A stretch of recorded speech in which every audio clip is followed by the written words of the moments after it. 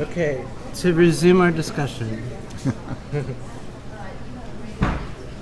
you get what Caroline had said? No. None of it?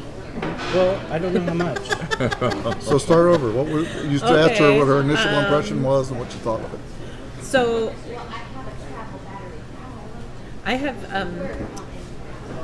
always experienced Stein's poetry and a lot of Stein's writing as as not needing to have a fixed meaning, or maybe having multiple meaning possibilities. And that's one of the things I've enjoyed about Stein over the years is like different critics interpret her differently, and I at different moments in my life or different moments in my day interpret her differently. And I feel like that is sort of part of her project. The idea of repetition, which is also some of the things that you gave us to read. That her Hold the fork. her use of repetition and the idea that a rose is a rose is a rose, and each rose is different. That you're at a different moment when you read that second rose, and so it has a different meaning for you. I do feel like this line about an arrangement in a system to pointing is really fascinating and a little vexing, because I'm having I have this kind of feeling that there's a meaning for it that I'm yearning for.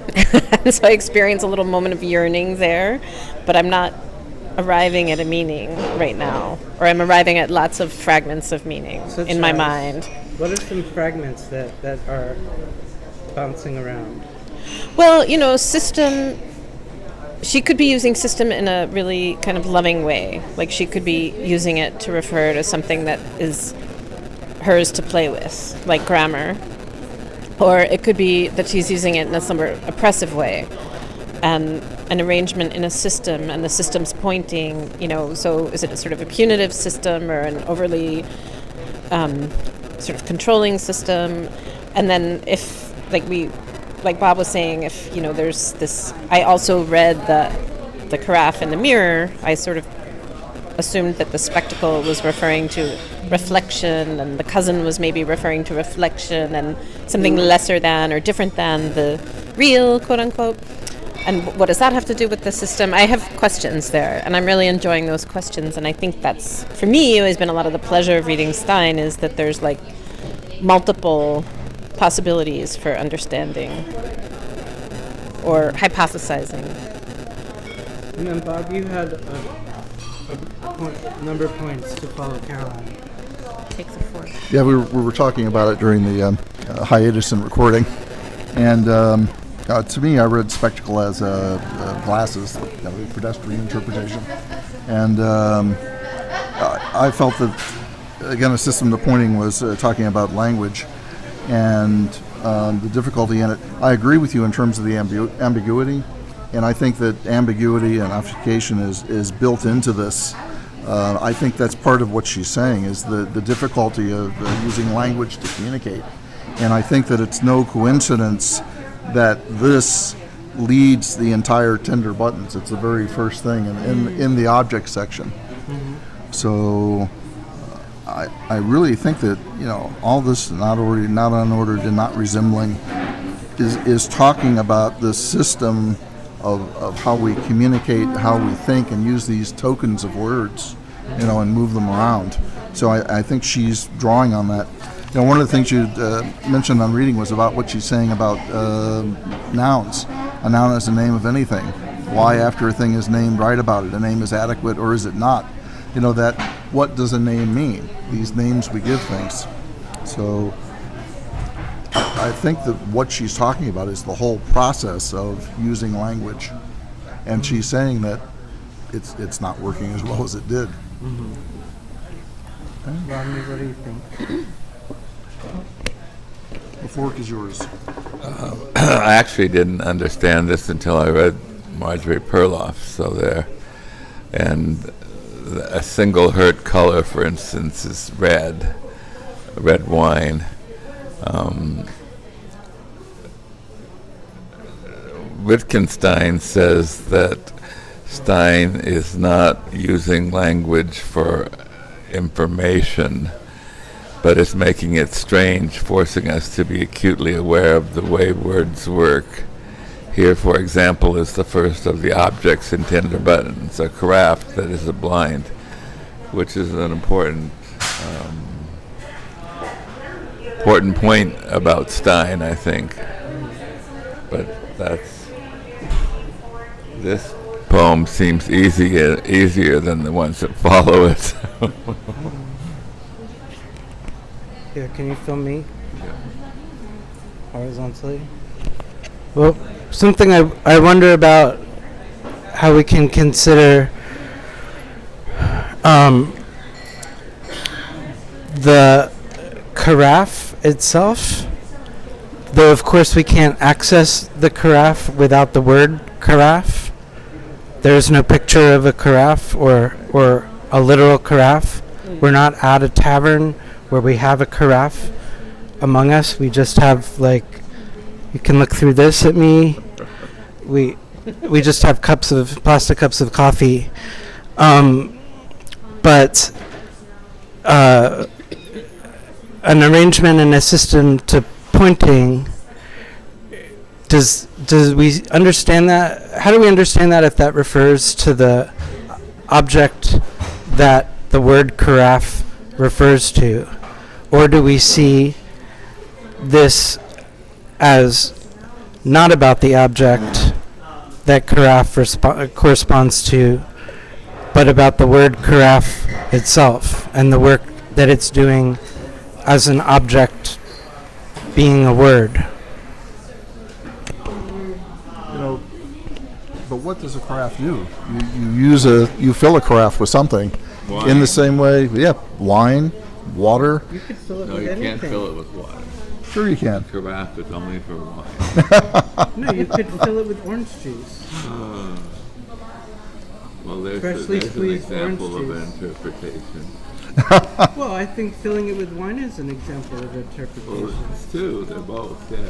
Yeah. But here she says here. the Here- first the color. The thing is, if I might point out, though, the craft is empty until you put something into it, in the same way that we put meaning into words.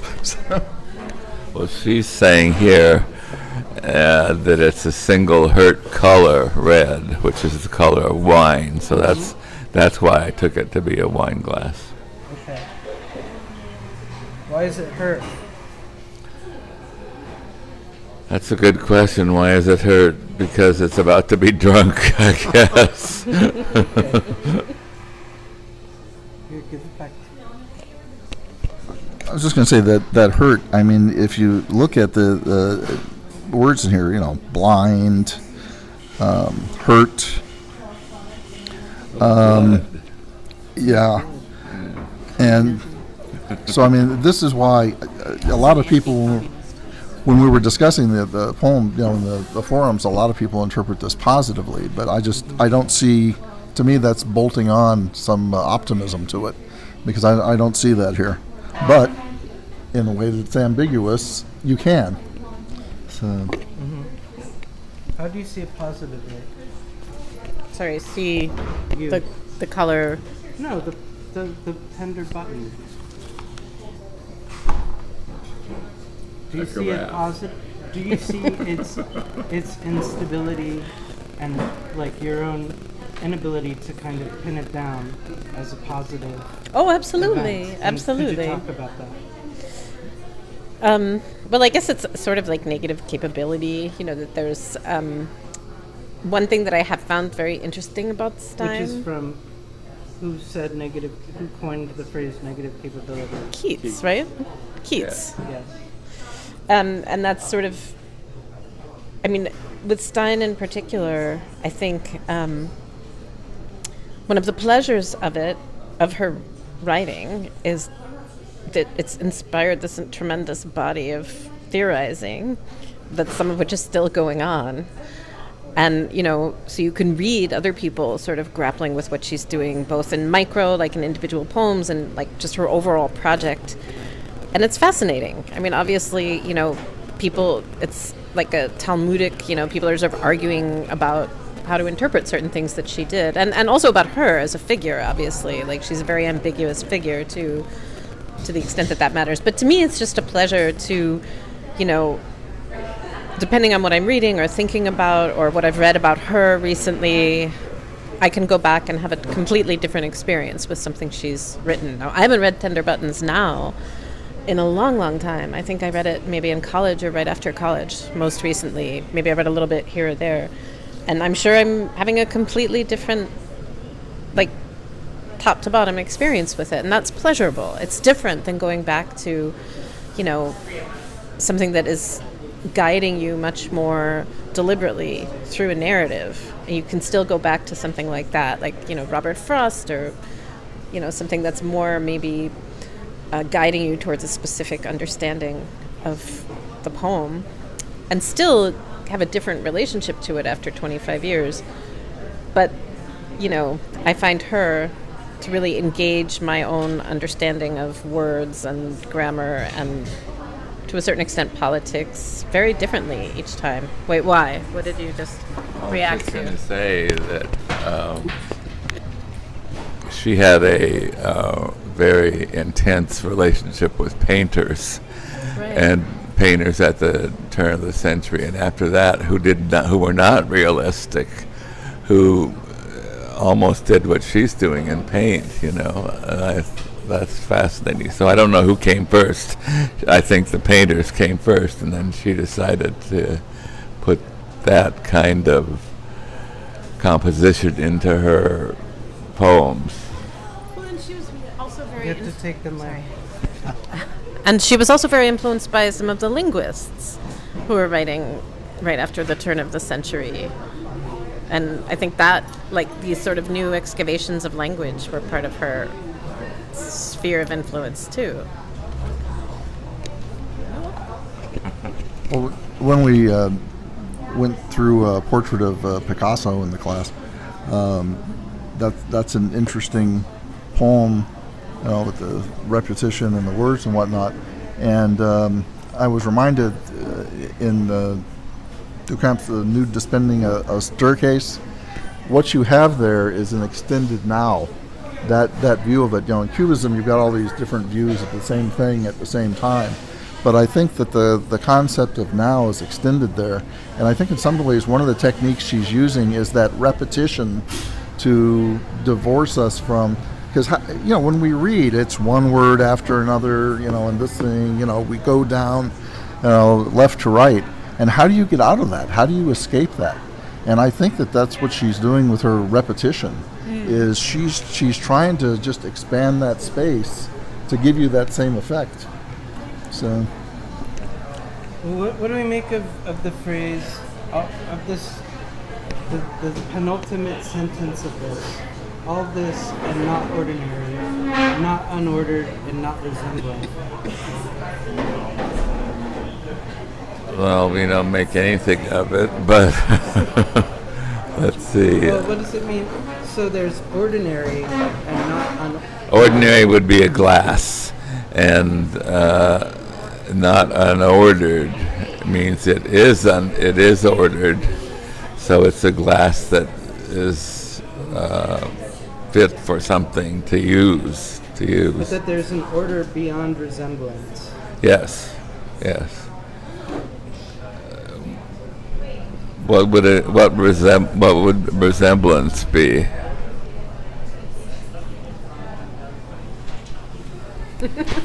Well, we can, I think, go back to what Bob said.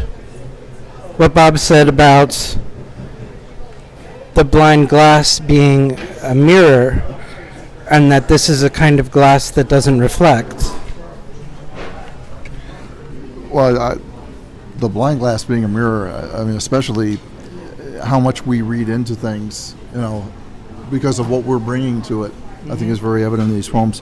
But all this and not ordinary, not unordered, and not resembling can be read as ordered and not resembling, or not unordered and resembling, because of the double. So either way, it's either